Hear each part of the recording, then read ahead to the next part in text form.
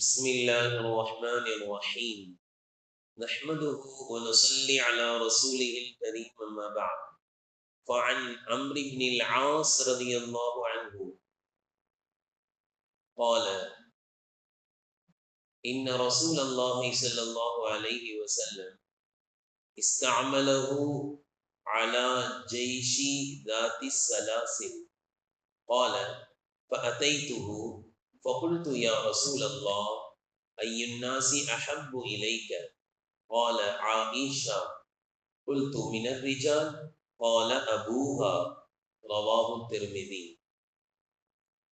السلام عليكم ورحمة الله وبركاته حضرت عمرو بن العاص ரலியல்லாஹு அன்ஹு அவர்கள் கூறுகிறார்கள் அல்லாஹ்வின் தூதர் ஸல்லல்லாஹு அலைஹி வஸல்லம் அவர்கள் ذاتுஸ் ஸலாசில் என்ற ஒரு படைக்கு அந்த யுத்தத்திற்கு என்னை தலைமை தளபதியாக நியமித்தார்கள்.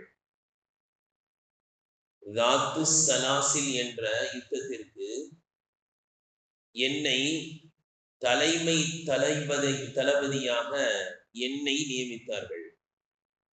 அப்பொழுது நான் நபி ஸல்லல்லாஹு அலைஹி வஸல்லம் அவர்களிடம் சென்று, அல்லாஹ்வின் தூதர் அவர்களே, மக்களில் உங்களுக்கு மிக விருப்பமானவர் யார் என்று கேட்டேன்.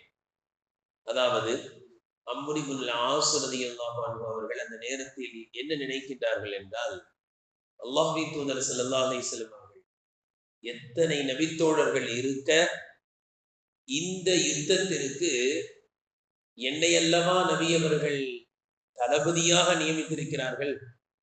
அப்படி என்றால் நபி ஸல்லல்லாஹு அலைஹி வஸல்லம் அவர்களுக்கு என்னை தான் மிகவும் பிடிக்கிறது போல் என்று நினைத்து அந்த நேரத்தில் கேட்கிறார்கள், மக்களிலேயே உங்களுக்கு மிகவும் விருப்பமானவர் யார்? இப்படிப்பட்ட எண்ணம் அம்ர் இப்னுல் ஆஸ் ரலியல்லாஹு அன்ஹு அவர்களுக்கு பல சந்தர்ப்பங்களில் வந்திருக்கிறது.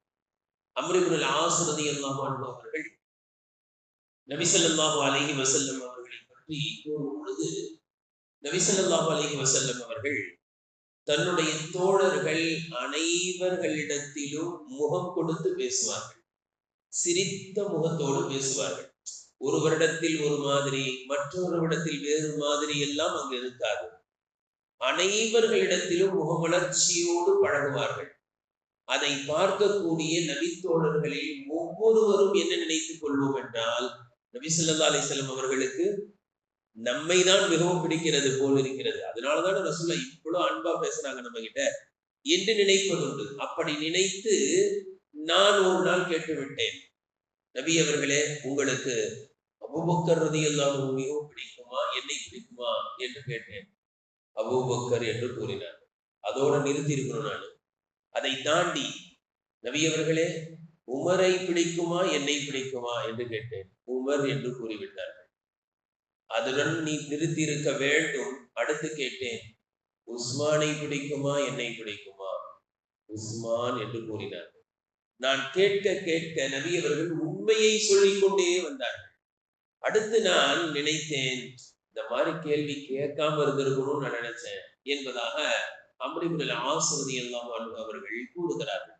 அதே நபித்தோழர் தான் இங்கு ذاتுஸ் ஸலாசில் என்ற அந்த படைக்கு, அந்த யுத்தத்திற்கு செல்லும் பொழுது அவர்களை தளபதியாக ஆகிய காரணத்தினால் அவர்கள் சென்று கேட்கிறார்கள், மக்களிலேயே உங்களுக்கு மிகவும் பிரியமானவர் யார் என்று கேட்ட பொழுது நபி ஸல்லல்லாஹு அலைஹி வஸல்லம் அவர்கள் சொன்னார்கள், ஆயிஷா, எனக்கு ஆயிஷாவை தான் மிகவும் பிடிக்கும்.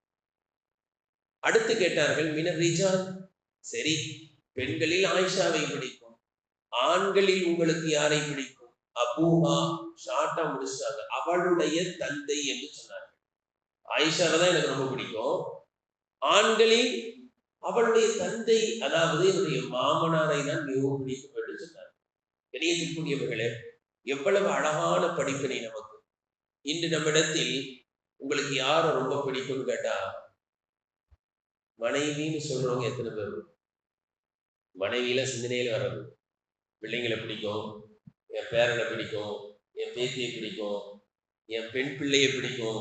அந்த பெண் பிள்ளை எங்கிருந்து வந்தாங்க, அந்த பிள்ளை எங்க இருந்து வந்துச்சு, பேர பேத்தி எங்க இருந்து வந்தாங்க, மனைவி தானே அதெல்லாம் கொடுத்தாங்க, அதெல்லாம் சிந்தனை வராது. மனைவியுடைய சிந்தனை எத்தனை நபர்களுக்கு வருகிறது. நபி ஸல்லல்லாஹு அலைஹி வஸல்லம் அவர்கள் சொல்கிறார்கள், ஆயிஷா, எனக்கு ஆயிஷாவை பிடிக்கும். இது சொல்வதற்கு ஒரு துணிச்சல் வேண்டும் அல்லவா? நமக்கு அந்த துணிச்சல் இருக்கா?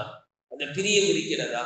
அதை விட பெரிய ஆச்சரியம் என்ன தெரியுங்களா? இங்க நம்ம எல்லாம் மனைவியை பிடிக்குமான்னு கேட்டா எத்தனை நபர்கள் அல்லாஹ் அக்பர் மனைவி இடத்துல பார்த்து உன் முகம் தான் எனக்கு பிடிக்கவே இல்லை, உன் மூஞ்ச பார்த்தாலே எனக்கு எரிச்சல் வருது, எங்கேயாவது போயிரு, வீட்டுக்கு வரவே பிடிக்கல.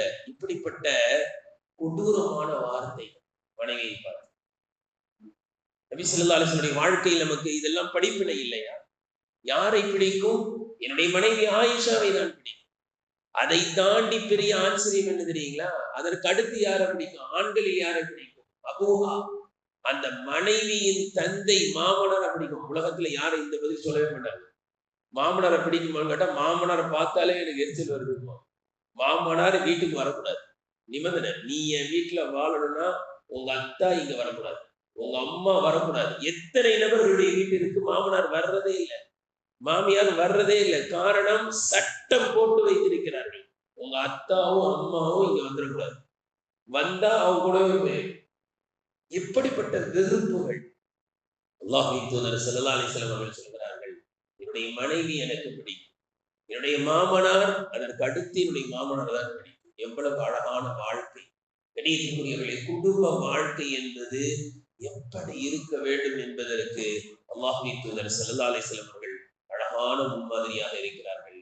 அல்லாஹ் தஆலா நபி ஸல்லல்லாஹு அலைஹி வஸல்லம் அவர்களை எல்லா கட்டங்களிலும் பின்பற்றக்கூடிய நல்ல வாய்ப்பை